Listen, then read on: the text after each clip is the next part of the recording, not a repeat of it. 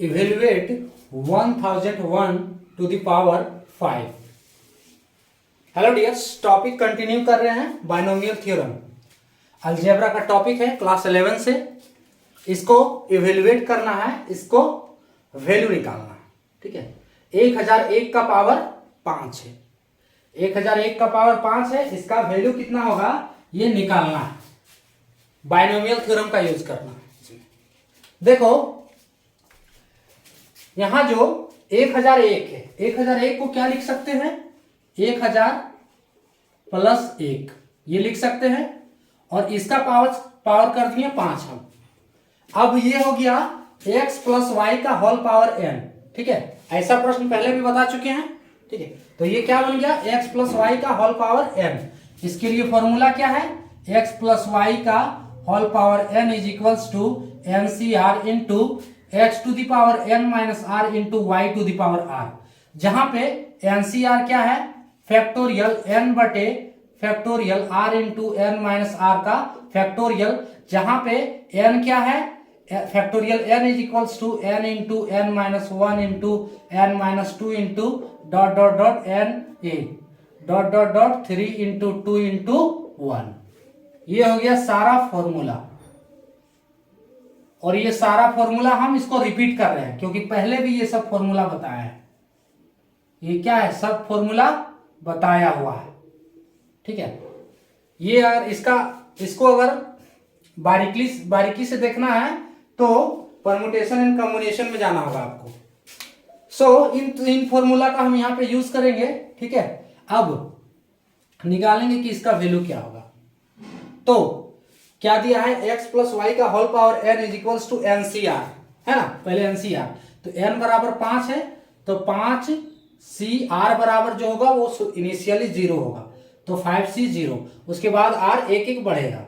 ठीक है, तो 5 सी 0, उसके बाद क्या है, x का power n minus r, x का power n minus r. x बराबर यहाँ 1000 है, तो 1000 का पावर, अब देखो यहाँ पे कुछ कर लो। ठीक है, कुछ शॉर्ट कर लो इसको। हम 1000 को क्या लिख सकते हैं, 1000 को हम क्या लिख सकते हैं, 1000 को लिख सकते हैं 10 का पावर 3। ये तो आता है सबको। तो हम यहाँ पे 1000 नहीं डायरेक्ट लिख रहे हैं 10 का पावर 3, है ना। इसका होल पावर क्या है, n माइनस आर।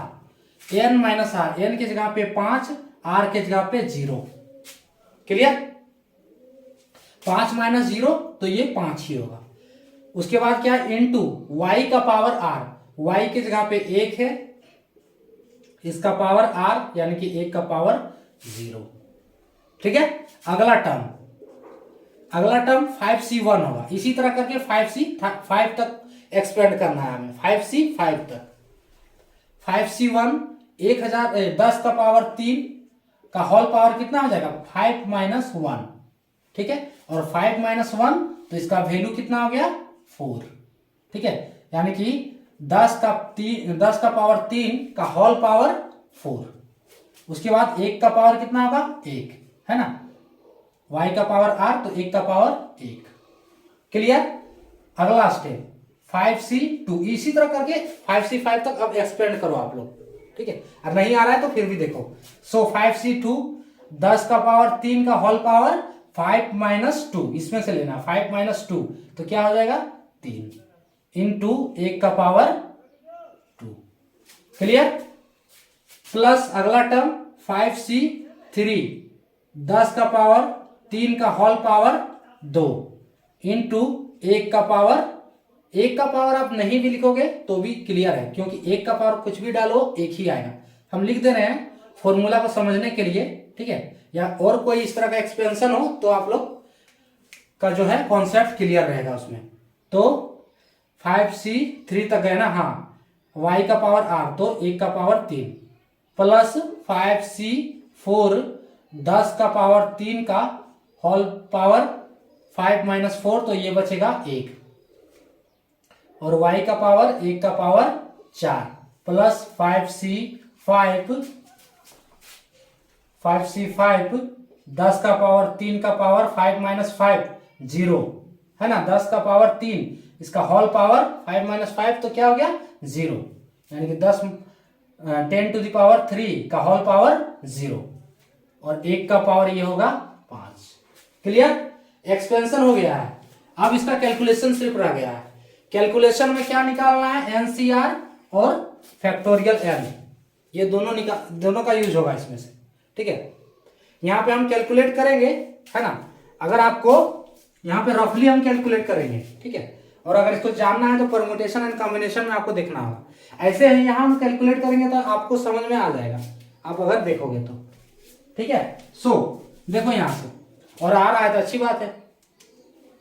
तो 5C0 को हम क्या लिख सकते हैं यहाँ पे फॉर्मूला पे? आप फैक्टोरियल n बटे factorial r into n minus r का फैक्टोरियल, n के जगह पे 5 तो फैक्टोरियल 5 बटे फैक्टोरियल r के जगह पे 0 फैक्टोरियल 0, उसके बाद n माइनस आर का फैक्टोरियल 5 माइनस 0 का फैक्टोरियल।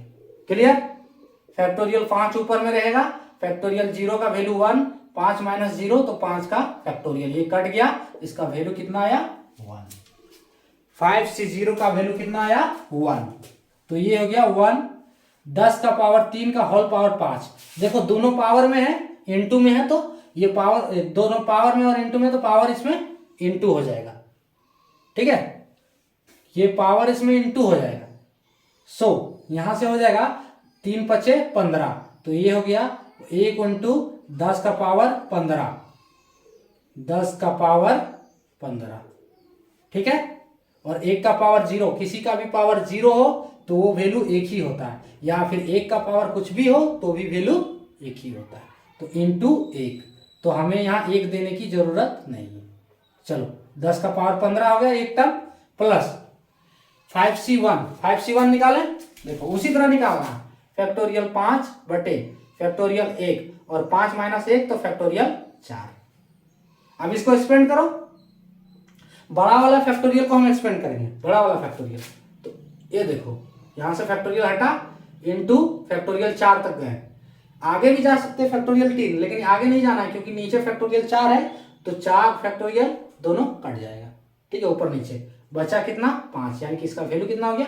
5। सो 5C1 का वैल्यू कितना हो गया?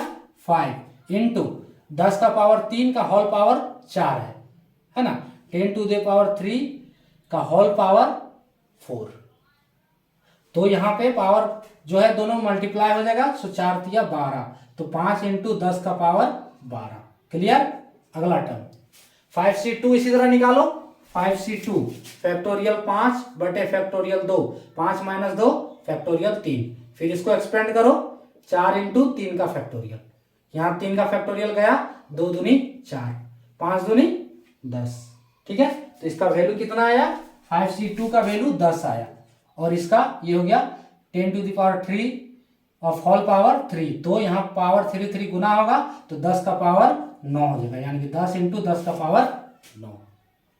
ठीक है, 5C2 हो गया, 5C0, 5C1, 5C2, हाँ 2 प्लस 5C3 निकालोगे तो कितना आएगा? इसका भी वैल्यू 10 आएगा। चलो एक और निकाल देते हैं, बाकी 2 वो आप लोग अपने निकालो। ठीक है, सो 5 फैक्टोरियल 5 होगा, फैक्टोरियल 3 और 5 माइनस 3 फैक्टोरियल 2। इसको एक्सपेंड करो, 4 इंटू 3 का फैक्टोरियल गया, ये फैक्टोरियल 3, 2 दूनी 4, तो क्या आ गया? 5 दूनी 10। इसका वैल्यू कितना आया? फैक्टोरियल 10। अगर नहीं क्लियर हो रहा है आप लोग रिपीट करके देख लो। ठीक है, यहाँ पे हम रफली बता रहे हैं। सो और नहीं तो उससे ज्यादा मतलब डीपली जाना है तो परमुटेशन कॉम्बिनेशन आपको पढ़ना ही होगा। सो यहां से 5C3 का वैल्यू कितना आया? 10। ठीक है, अब 10 का पावर 3 का होल पावर, 10 का पावर 3 का होल पावर 2, सो 3 दूनी 6, पावर गुना करेंगे तो 10 इंटू 10 का पावर 6। अब ये वाला आप लोग निकाल के बताओ कितना आ रहा है? 5। ठीक है, सही है, 5 आएगा इसका। ठीक है, इसका आप वैल्यू 5C4 जब निकालोगे तो 5 आएगा, यहाँ पे जब निकालोगे 5C4 तो 5 आएगा। ठीक है, उसी टाइप से निकालना है। 5 हो गया। अब ये 10 का पावर 3 का होल पावर 1, तो 5 गुने 10 का पावर 3। ठीक है, अरे पावर इसका एक ही है तो वही हो जाएगा। उसके बाद 5C5 भी निकालोगे तो इसका वैल्यू 1 आएगा। देख लो, फैक्टोरियल 5 बटे फैक्टोरियल 5, और यहाँ पे 5 माइनस 5 का फैक्टोरियल, अब 5 माइनस 5 का फैक्टोरियल, तो ये फैक्टोरियल 0 हो गया और इसका वैल्यू क्या हो गया 1, है ना।